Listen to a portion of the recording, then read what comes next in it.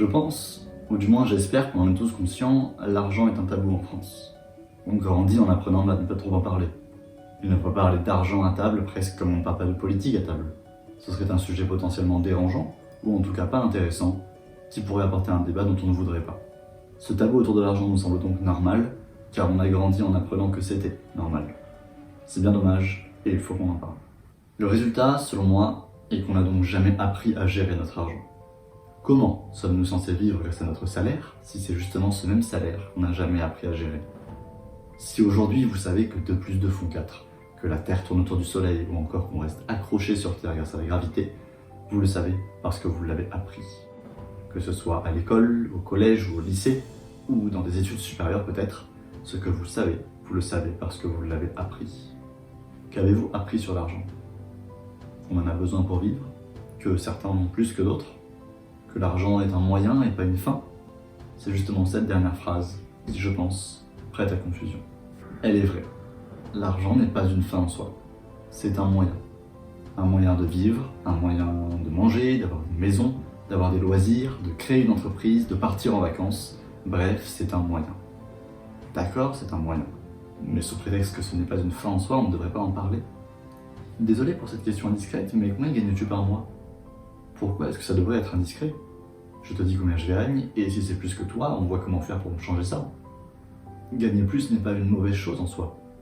Plus tu gagnes, plus tu payes d'impôts qui vont servir à l'intérêt collectif, à créer des entreprises, à faire vivre la société. Mais comment sommes-nous censés savoir que c'est une bonne chose si nous ne l'avons jamais appris? On ne nous a jamais rien appris sur l'argent à l'école. On nous dit de bien travailler à l'école, pour faire de bonnes études, avoir un bon travail avec un bon salaire, sans jamais nous expliquer comment utiliser ce salaire intelligemment. Le résultat, on ne va pas investir en bourse parce que c'est risqué, on ne sait pas trop comment ça marche. C'est bien dommage. On pense mettre de l'argent de côté sur un livret A. En réalité, on perd en pouvoir d'achat parce que le taux d'intérêt est moins élevé que l'inflation. Mais je ne savais pas, on ne m'a jamais expliqué ça. Et c'est bien dommage. Comme nous n'avons jamais appris à utiliser notre argent intelligemment, nous ne savons pas le faire. Et c'est normal. On doit apprendre pour savoir faire. Si les plus riches gagnent plus en travaillant autant que les plus modestes, c'est en partie parce qu'ils utilisent leur argent différemment. Et ils le font parce qu'ils ont appris à le faire. Ils ne l'ont pas inventé. Là où j'en veux aux plus riches en revanche, c'est lorsqu'ils font de la fraude fiscale. Parce qu'ils créent justement cette idée que l'investissement est mauvais, l'argent est sale, qui selon moi est une idée fausse. Apprenez à gérer votre argent. Arrêtez de vous dire « je ne vais pas investir, c'est risqué, je ne sais pas faire, je vais perdre mon argent ». Apprenez à gérer ce risque plutôt que d'en avoir peur. Vous n'êtes pas plus bête que les autres, bien au contraire. Vous n'avez juste jamais appris, parce qu'on ne vous a jamais appris. Pire, on vous a dit de ne pas en parler. On vous a appris à ne pas apprendre sur l'argent, et c'est une erreur. Mais s'il me semble important d'apprendre à utiliser son argent intelligemment, il me semble encore plus important de savoir pourquoi nous devrions utiliser notre argent plus intelligemment.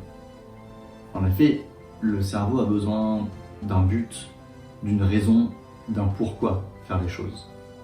Voici donc, selon moi, quelques-unes des raisons pour lesquelles vous devriez apprendre à utiliser votre argent intelligemment.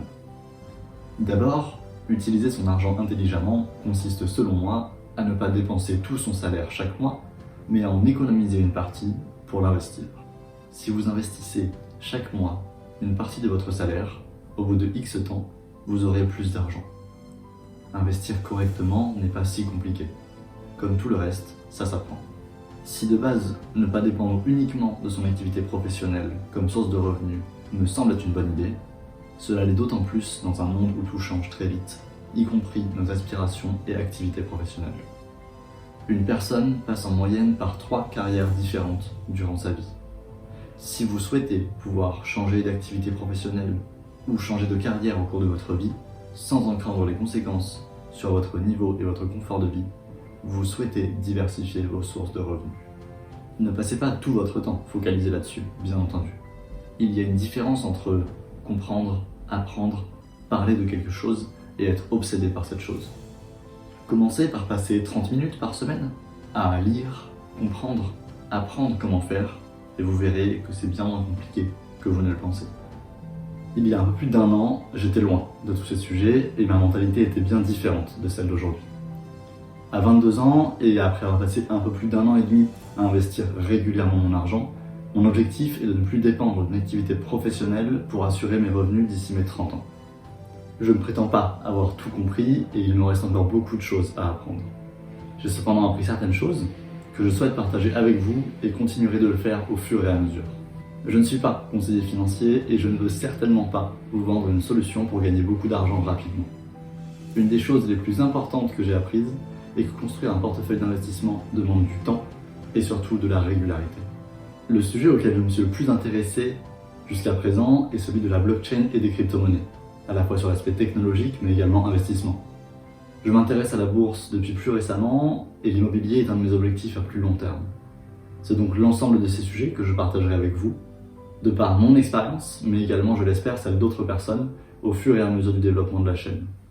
Si ces sujets vous intéressent, je vous invite à rejoindre l'aventure pour que nous réfléchissions ensemble aux bonnes questions, afin que, dans quelques années, nous puissions être fiers de nous être imposés assez tôt.